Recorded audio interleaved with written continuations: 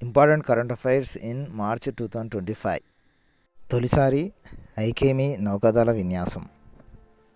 Africa India key maritime engagement పేరుతో తొలిసారి African దేశాలతో భారత్ నావికాదళం సంయుక్త విన్యాసం చేపట్టనుంది. భారత్ టాంజానియా ఆధ్వర్యంలో ఏప్రిల్ 13, 2025 నుంచి 18 వరకు టాంజానియాలోని దార్ ఎస్ సలాంలో నిర్వహించనుంది. భారత్ ఆఫ్రికా దేశాల మధ్య సముద్ర భద్రత వ్యూహాలు, సమాచారం, నిఘా, పర్యవేక్షణ, మల్టీనేషనల్ ట్రైనింగ్ జరగనుంది. ఈ విన్యాసంలో Bharat Tanzania, Comoros, Djibouti, Eritrea, Kenya, Madagascar, Mauritius, Mozambique, Seychelles, దక్షిణాఫ్రికా దేశాలు పాల్గొననున్నాయి. నల్ల సముద్ర ఒప్పందం. నల్ల సముద్రంలో నౌకాయానాన్ని సురక్షితంగా చేయాలనే ఉద్దేశంతో రష్యా, ఉక్రెయిన్ మధ్య ఒప్పందం కుదిరింది. సౌదీ అరేబియాలో అమెరికా మధ్యవర్తిత్వంతో 3 రోజుల చర్చల తర్వాత ఒప్పందం జరిగింది. వాణిజ్య నౌకలను సైనిక వినియోగానికి ఉపయోగించవద్దని నిర్ణయించారు. నల్ల సముద్ర ప్రాంతంలో తాత్కాలిక కాల్పుల విరమణతో పాటు ఆహార ధాన్యాల రవాణాకు వీలు కలగనుంది. అయితే రష్యా మాత్రం తమ బ్యాంకులపై విధించిన ఆంక్షలను ఎత్తివేస్తేనే దాడులు ఆపుతాయని షరతు విధించింది. FATF private sector forum 2025. Financial action task force FATF private sector సహకార ఫోరం 2025 ఫిబ్రవరి 25, 2025 నుంచి 27 వరకు ముంబైలో నిర్వహించారు. ఈ సమావేశాన్ని RBI, భారత ఆర్థిక మంత్రిత్వ శాఖ, రెవెన్యూ శాఖ నిర్వహించాయి. FATF అధ్యక్షురాలు ఎలిసా డి అండా మద్రాజో కార్యక్రమాన్ని ప్రారంభించగా RBI గవర్నర్ సంజయ్ మల్హోత్రా అధ్యక్షత వహించారు. మనీ లాండరింగ్, ఉగ్రవాద నిధులను అడ్డుకోవడంలో భారత్ చేస్తున్న ప్రయత్నాలను సమావేశంలో ప్రశంసించారు. ప్రపంచంలోనే తొలి 3D ప్రింటెడ్ రైల్వే స్టేషన్. ప్రపంచంలోనే తొలి 3D ప్రింటెడ్ రైల్వే స్టేషన్ను జపాన్లో నిర్మిస్తున్నారు. దక్షిణ వకయామా ప్రావిన్స్లో ఈ స్టేషన్ను వెస్ట్ జపాన్ రైల్వే సంస్థ నిర్మిస్తుంది. ఈ రైల్వే స్టేషన్ చుట్టుకొలత 108 అడుగులు. 3D టెక్నాలజీలో ముందుగా విడిభాగాలను తయారు చేసి నిర్మాణ స్థలానికి తీసుకెళ్లి బిగిస్తారు. F-47కు అమెరికా అధ్యక్షుడు ట్రంప్ ఆమోదం. ప్రపంచంలోనే తొలిసారిగా 6వ తరం ఫైటర్ జెట్ F-47 బోయింగ్ సంస్థ అభివృద్ధి చేయనున్నట్లు అమెరికా అధ్యక్షుడు ట్రంప్ వెల్లడించారు. ఇందులో స్టెల్త్ టెక్నాలజీ, AI, హైపర్సోనిక్ వేగం, స్వయంచాలిత వ్యవస్థలు ఉండటం దీని ప్రత్యేకత. F-22 రాప్టర్ స్థానాన్ని భవిష్యత్తులో ఇది భర్తీ చేయనుంది. గ్లోబల్ ఫారెస్ట్ విజన్ రిపోర్టు విడుదల. అటవీ సంరక్షణ, జీవ వైవిధ్యాన్ని కాపాడడానికి ప్రభుత్వాలు చర్యలు తీసుకోవాలని గ్లోబల్ ఫారెస్ట్ విజన్ రిపోర్టు హెచ్చరించింది. 2030 గ్లోబల్ ఫారెస్ట్ విజన్ 2025లో ప్రభుత్వాల ప్రాధాన్యత చర్యలు అనే నివేదికను విడుదల చేసింది. దీనికి ఐక్యరాజ్య సమితి అభివృద్ధి కార్యక్రమం, క్లైమేట్ ల్యాండ్ అలయన్స్ సంస్థలు మద్దతిచ్చాయి. 2023లో ప్రపంచవ్యాప్తంగా 6.37 మిలియన్ హెక్టార్ల అడవులు నాశనమయ్యాయని తెలిపింది. అమెజాన్, ఆగ్నేయాసియా, ఆఫ్రికా ప్రాంతంలో ఎక్కువగా అడవులు తగ్గిపోయాయి. అమెజాన్లో అటవీ నిర్మూలనకు ప్రధాన కారణం పశువుల పెంపకమని తెలిపింది. దక్షిణ కొరియాలో అత్యవసర పరిస్థితి. దక్షిణ కొరియా ఆగ్నేయ ప్రాంతంలో కార్చిచ్చుతో ప్రభుత్వం అత్యవసర పరిస్థితిని విధించింది. 130 హెలికాప్టర్లు, 5,000 అగ్నిమాపక సిబ్బంది, సైన్యం, ఎమర్జెన్సీ బృందాలు విపత్తు నివారణ కార్యక్రమాల్లో పాల్గొన్నాయి.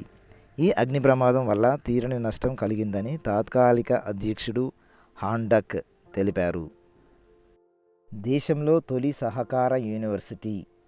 గుజరాత్లోని ఆనంద్లో ఇన్స్టిట్యూట్ ఆఫ్ రూరల్ మేనేజ్మెంట్ను త్రిభువన్ సహకార యూనివర్సిటీగా మార్చే బిల్లుకు లోక్సభ ఆమోదం తెలిపింది. ఇది భారతదేశంలో మొదటి సహకార యూనివర్సిటీ. ఇందులో ఏటా 80 లక్షల సహకార నిపుణులకు శిక్షణ ఇవ్వాలని లక్ష్యంగా పెట్టుకున్నారు. గ్రామీణ ఆర్థిక వ్యవస్థను బలోపేతం చేయడం, స్వయం ఉపాధి, చిన్న సంస్థలను ప్రోత్సహించడంలో యూనివర్సిటీ కీలక పాత్ర పోషించనుంది. పాల ఉత్పత్తిలో భారత్ అగ్రస్థానం. ప్రపంచంలోనే పాలను అత్యధికంగా ఉత్పత్తి చేస్తున్న దేశాల్లో భారత్ అగ్రస్థానంలో నిలిచింది. ప్రపంచ ఉత్పత్తిలో భారత్ నుంచి 24% అనగా 239 మిలియన్ మెట్రిక్ టన్నులు వస్తుంది. 2030 నాటికి 300 మిలియన్ మెట్రిక్ టన్నుల పాలను ఉత్పత్తి చేయాలని భారత్ లక్ష్యంగా పెట్టుకుంది. డైరీ రంగం భారత జీడిపిలో 4.5% వాటా కలిగి ఉంది. 7 PM మిత్ర పార్కులకు ఆమోదం.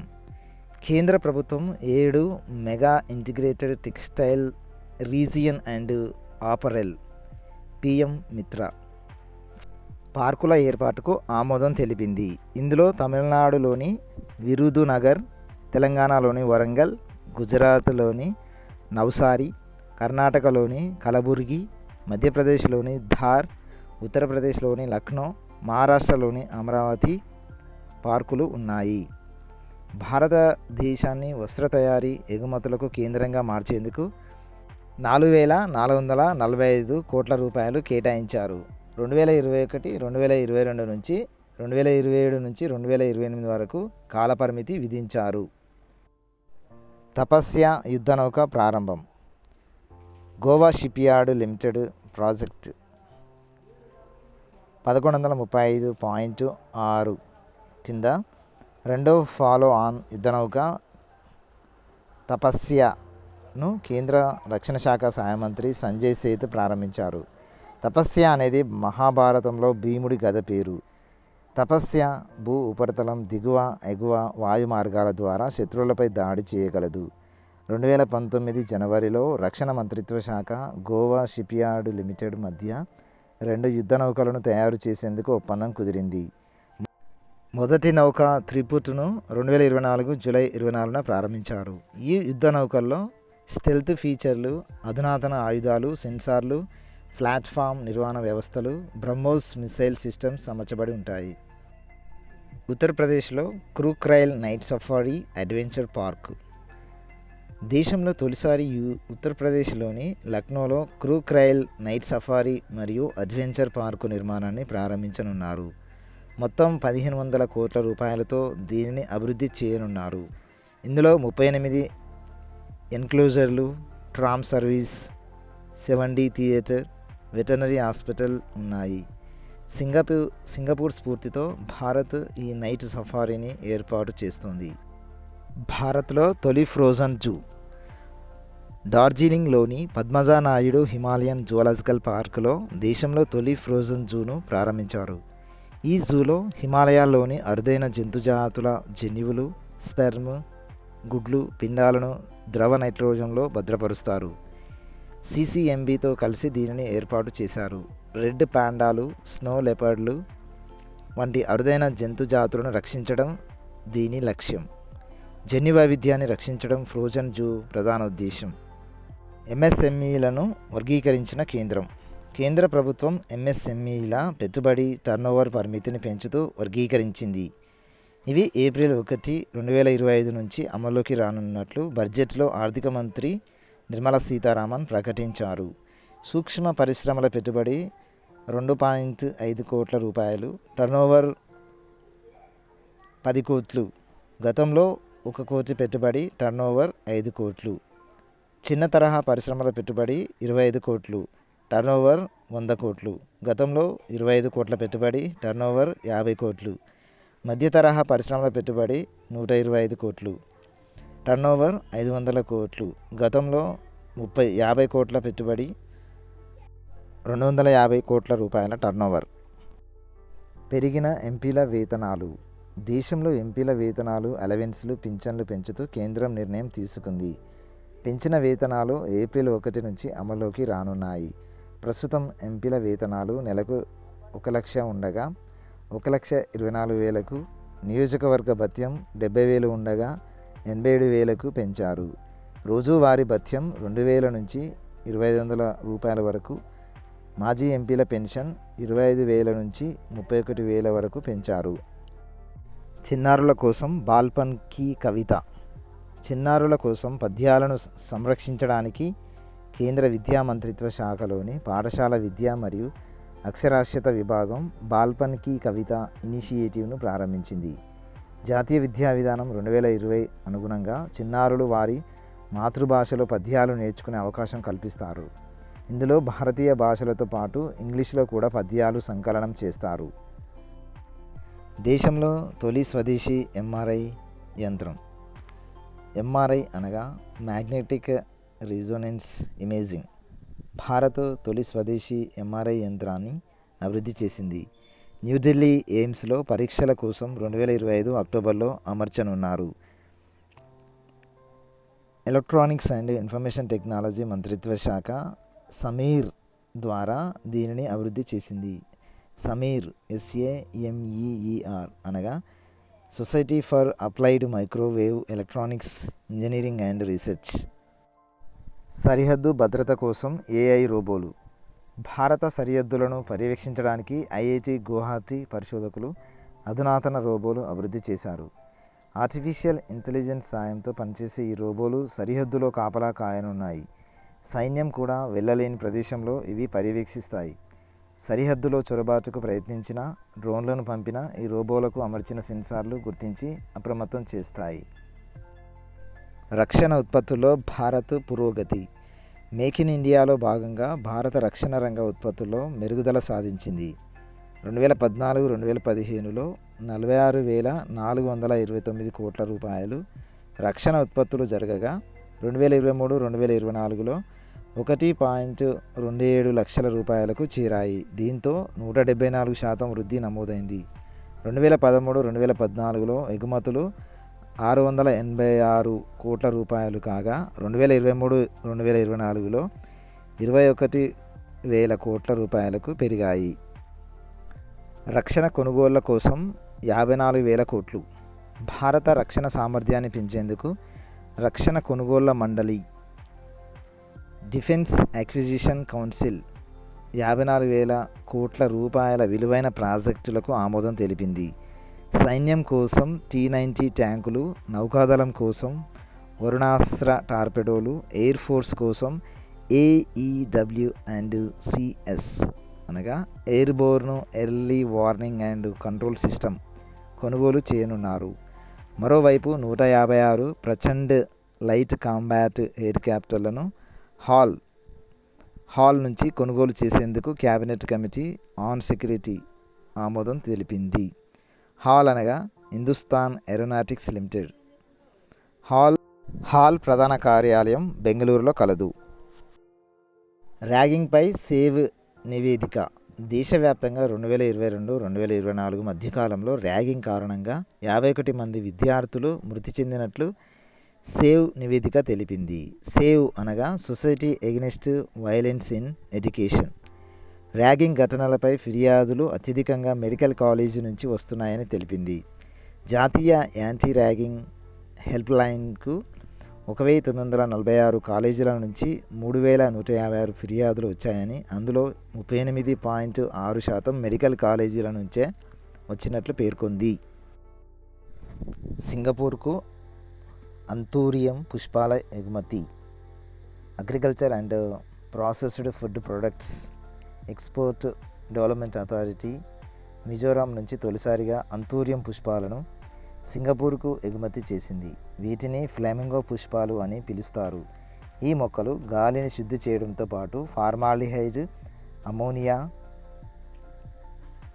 బోటియోన్, జలీన్, అలర్జీ కారకాల వంటి హానికారకమైన ఎయిర్బోర్న్ కెమికల్స్ను తొలగిస్తుంది. నాసా దీనిని ఎయిర్ ప్యూరిఫైయర్ ప్లాంట్ల జాబితాలో చేర్చింది. ప్రపంచ జల దినోత్సవం. ప్రతి ఏటా మార్చి 22న ప్రపంచ జల దినోత్సవం జరుపుకుంటారు. ఈ రోజున నీటి ప్రాముఖ్యత గురించి అవగాహన కల్పించడం, నీటి రక్షణను ప్రోత్సహిస్తారు. 2025వ సంవత్సరం థీమ్ గ్లేషియర్ ప్రిజర్వేషన్. 1992లో బ్రెజిల్లో జరిగిన United nations conference of environment development సమావేశంలో జల సంరక్షణపై దృష్టి పెట్టారు.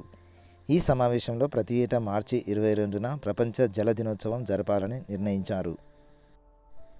హర్యానాలో జల్ శక్తి అభియాన్. జల్ శక్తి మంత్రిత్వ శాఖ, పర్యావరణ, అటవీ, వాతావరణ మార్పుల మంత్రిత్వ శాఖ హర్యానా ప్రభుత్వంతో కలిసి జల్ శక్తి అభియాన్, క్యాచ్ ద రెయిన్ 2025 మార్చి 22న ప్రారంభించారు. హర్యానాలోని పంచకులలోని తౌదేవి లాల్ స్టేడియంలో ఈ కార్యక్రమం నిర్వహించారు. జల్ సంచయ జన భాగీదారీ జన జాగరూకతకి ఓర్ అనే ఇతివృత్తంతో దీనిని నిర్వహించారు. నీటి భద్రత, వర్షపు నీటి సంరక్షణ, భూగర్భ జలాలను పెంచడం గురించి ప్రచారం చేశారు. అవయవ దానం బిల్లుకు అసెంబ్లీ ఆమోదం.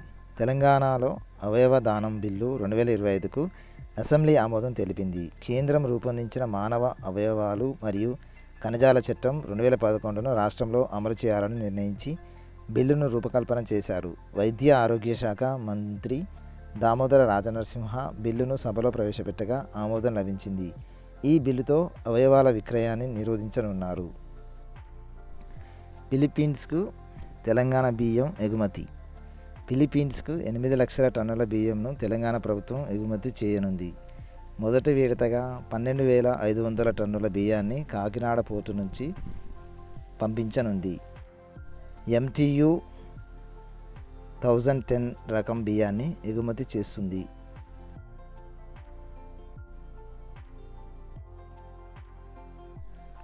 డీలిమిటేషన్కు వ్యతిరేకంగా అసెంబ్లీ తీర్మానం. డీలిమిటేషన్కు వ్యతిరేకంగా తెలంగాణ అసెంబ్లీలో సీఎం రేవంత్ రెడ్డి తీర్మానం ప్రవేశపెట్టారు.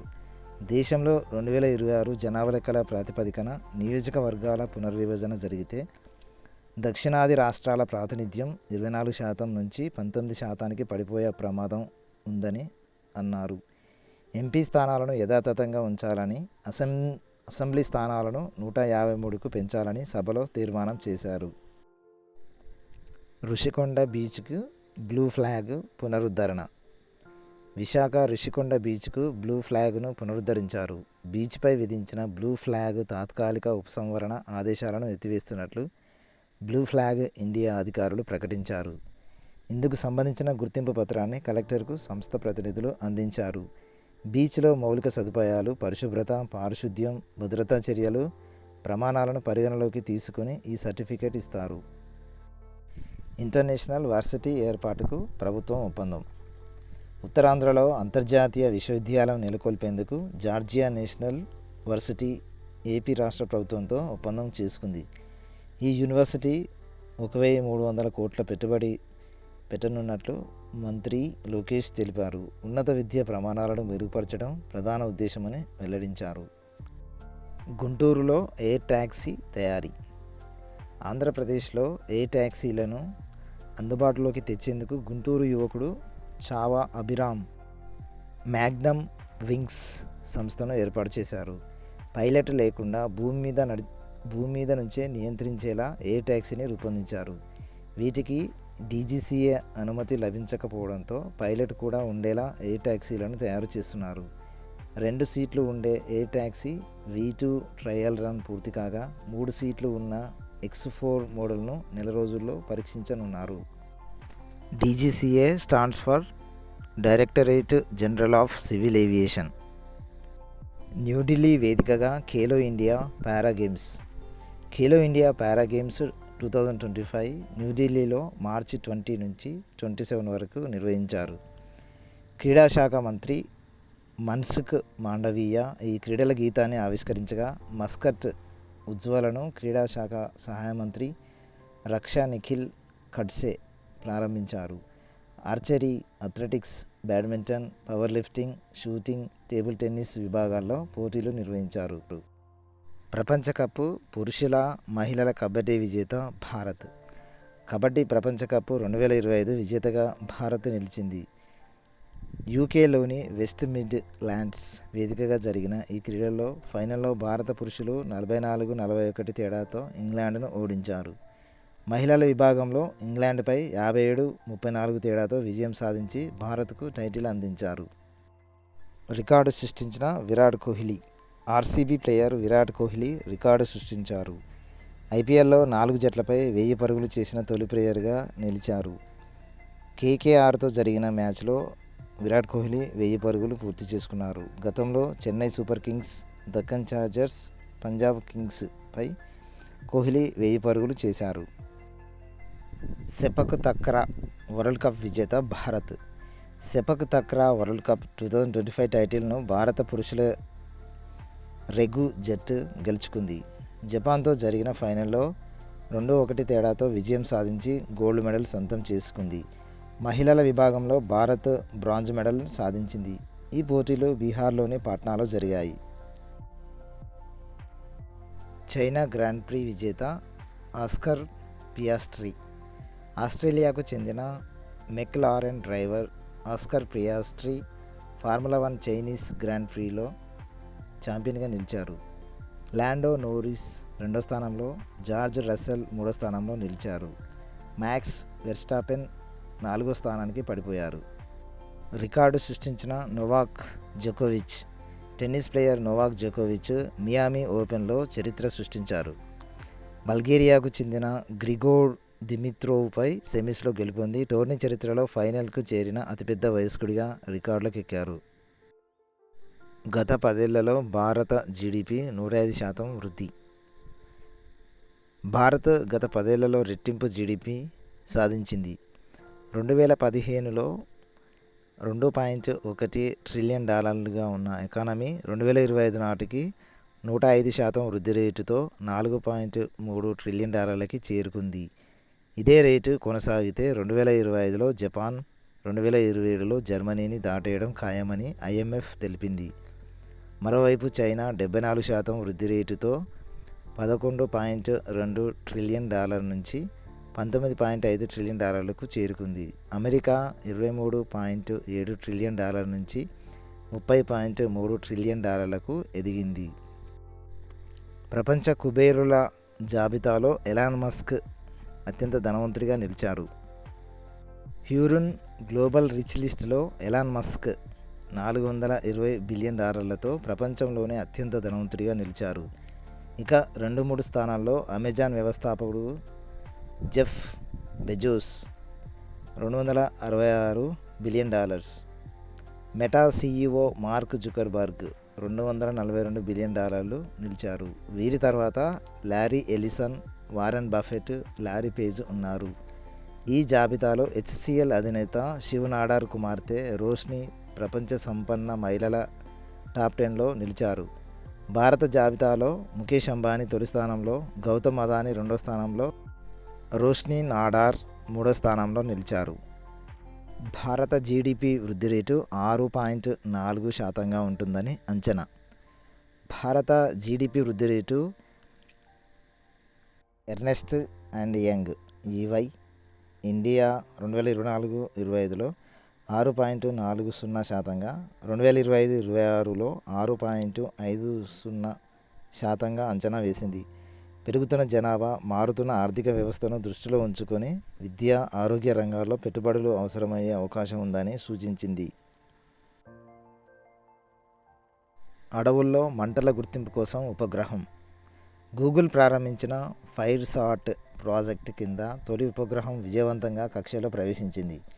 50కి పైగా ఉపగ్రహాలను ఒక సమాహారంగా పంపి ఆర్టిఫిషియల్ ఇంటెలిజెన్స్ ఆధారంగా 5x5 మీటర్ల పరిమాణం ఉన్న అడవి మంటలను గుర్తించడం ఈ ప్రాజెక్టు లక్ష్యం. ఫైర్సాట్ అనే ఉపగ్రహాన్ని కాలిఫోర్నియాలో ఉన్న మ్యూయాన్ స్పేస్ అనే స్టార్టప్ నిర్మించింది. దీనిలో 6 బ్యాండ్ మల్టీ స్పెక్ట్రల్ ఇన్ఫ్రారెడ్ కెమెరాలు ఉంటాయి. అడవిలో మంటలను ముందుగా గుర్తించి నిరోధించడంలో సహాయపడుతుంది. సూది గుచ్చకుండా sugar test. Indian Institute of Science Bengaluru సైంటిస్టులు సూదిని చర్మానికి గుచ్చకుండా బ్లడ్ గ్లూకోజ్ టెస్ట్ చేసే ఫోటో అకౌస్టిక్ సెన్సింగ్ టెక్నాలజీని అభివృద్ధి చేశారు. ఈ ప్రక్రియలో లేజర్ కాంతికి టిష్యూ స్పందించి సంకోచం, వ్యాకోచం చెంది తరంగాలను విడుదల చేస్తుంది. ఈ శబ్దాలను డిటెక్టర్లు గుర్తించి గ్లూకోజ్ స్థాయిని అంచనా వేస్తాయి. ప్రపంచ క్షయ నివారణ దినోత్సవం. ప్రతి సంవత్సరం మార్చి 24న ప్రపంచ క్షయ నివారణ దినోత్సవంను ప్రపంచ ఆరోగ్య సంస్థ నిర్వహిస్తుంది. 1882లో మార్చి 24న రాబర్ట్ కోచ్ మైక్రోబాక్టీరియం ట్యూబర్క్యులోసిస్ను కనుగొన్నారు. దీనికి గుర్తుగా ప్రతి ఏటా మార్చి 24న క్షయ నివారణ దినోత్సవాన్ని నిర్వహిస్తారు. ప్రపంచ జనాభాలో 1/4 మంది టీబీ వ్యాధితో టీబీ బ్యాక్టీరియాతో బాధపడుతున్నారు. బ్యాక్టీరియా సోకిన వారిలో 5-10% మందికి మాత్రమే యాక్టివ్ టీబీ వ్యాధి సోకుతుంది. 2025 సంవత్సరం యొక్క theme yes we can end TB, commit, invest, deliver. విపత్తుల నిర్వహణ కోసం ఆర్టిఫిషియల్ ఇంటెలిజెన్స్ ఆధారిత చాట్బాట్. విపత్తులపైన అవగాహన కల్పించేందుకు అత్యవసర పరిస్థితుల్లో ప్రామాణిక సమాచార వ్యవస్థను అభివృద్ధి చేయడానికి ఐఐటి ఢిల్లీతో ఒప్పందం కుదుర్చుకుంది. ఇది జనరేటివ్ ఏఐ ఆధారిత చాట్బాట్ అభివృద్ధి చేసి విపత్తు ముందస్తు హెచ్చరికలు గ్రామాలకు సాయం చేస్తుంది. వినోద్ కుమార్ శుక్లాకు జ్ఞానపీఠ అవార్డు. కేంద్ర ప్రభుత్వం 2024 సంవత్సరానికి గాను 59వ జ్ఞానపీఠ అవార్డును ప్రకటించింది. ప్రఖ్యాత హిందీ రచయిత, కవి వినోద్ కుమార్ శుక్లా రచించిన దీవార్ మే ఏక్ ఖిడ్కీ థీ అనే నవలకు కేంద్ర సాహిత్య అకాడమీ పురస్కారం లభించింది. ఛత్తీస్గఢ్ నుంచి సాహిత్య పురస్కారాన్ని అందుకున్న మొదటి రచయిత వినోద్ కుమార్ శుక్లా. వినోద్ కుమార్ శుక్లా రాసిన నౌకర్ కీ కమీజ్, ఖిలేగా తో దేఖెంగే నవలలు ఎక్కువగా ప్రాచుర్యం పొందాయి. ఈ పురస్కారం కింద 11 లక్షల రూపాయలు సరస్వతి కాంస్య విగ్రహాన్ని అందజేస్తారు. 1999లో వినోద్ కుమార్ శుక్లా కేంద్ర సాహిత్య అకాడమీ అవార్డు అందుకున్నారు. ఆర్కే శ్రీరామ్ కుమార్కు సంగీత కళానిధి అవార్డు. వయలిన్ విద్వాంసుడు ఆర్కే శ్రీరామ్ కుమార్కు సంగీత కళానిధి అవార్డు 2025ను చెన్నై సంగీత అకాడమీ ప్రకటించింది. డిసెంబర్ 15, 2025 నుంచి జనవరి 1, 2026 వరకు జరగనున్న అకాడమీ 99వ వార్షిక సమావేశంలో ఈ అవార్డును ప్రదానం చేస్తారు. గాయత్రి చక్రవర్తికి హోల్బర్గ్ ప్రైజ్. పశ్చిమ బెంగాల్కు చెందిన రచయిత గాయత్రి చక్రవర్తి స్పివాక్కు 2025 సంవత్సరానికి గాను హోల్బర్గ్ బహుమతి లభించింది. హోల్బర్గ్ బహుమతిని జూన్ 5న నార్వేలోని బెర్గెన్ యూనివర్సిటీలో ప్రదానం చేయనున్నారు. హోల్బర్గ్ బహుమతి కింద 4.6 కోట్ల నగదు బహుమతి అందించనున్నారు. ప్రస్తుతం కొలంబియా యూనివర్సిటీలో గాయత్రి చక్రవర్తి ప్రొఫెసర్గా విధులు నిర్వహిస్తున్నారు.